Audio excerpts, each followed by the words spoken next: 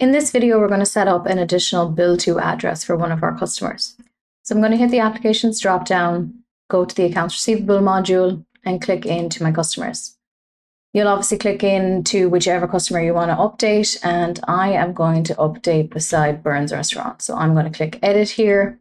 When I get into the customer record, then I'm going to go to the contact list tab. And then down here on my contact list, I'm going to add an additional one. So I'm going to call this Harlan Road, and my contact then is going to be different because it's going to be a different mailing address. So I'm going to add an additional contact, and I'm just going to make it slightly different to the one that exists already because it cannot be the same. It's going to give me an error if it's the same name. So last name is Jones. I'm just going to put a full stop there. First name is Thomas. Suggested contact name actually is going to be different, so that's fine. I'm going to leave it at Thomas Jones, and then in the mailing information, I'm going to do 123 Harlan Road,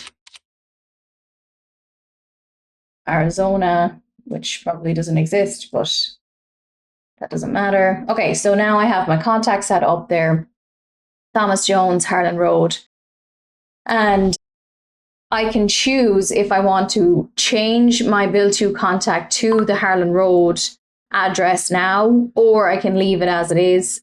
And I'm just going to save this and I'm going to show you both ways. So I'll save it as it is. And then I'm going to go into, let's say, order entry and put in a quick bill.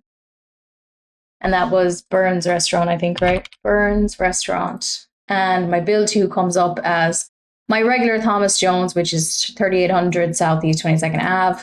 But I can drop this down now, my bill to, and I can see the other contact, which is the Harlan address. So I can change it there, or I can go back to my customer record,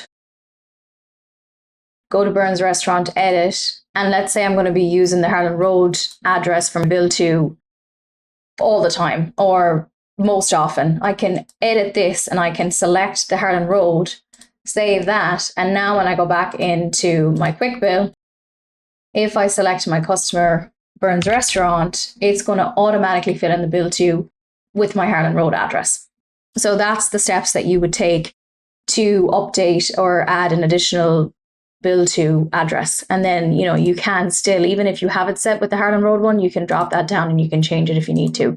So on the customer record itself, you're going to put in the one that makes the most sense for you so that you have the least amount of clicks to do.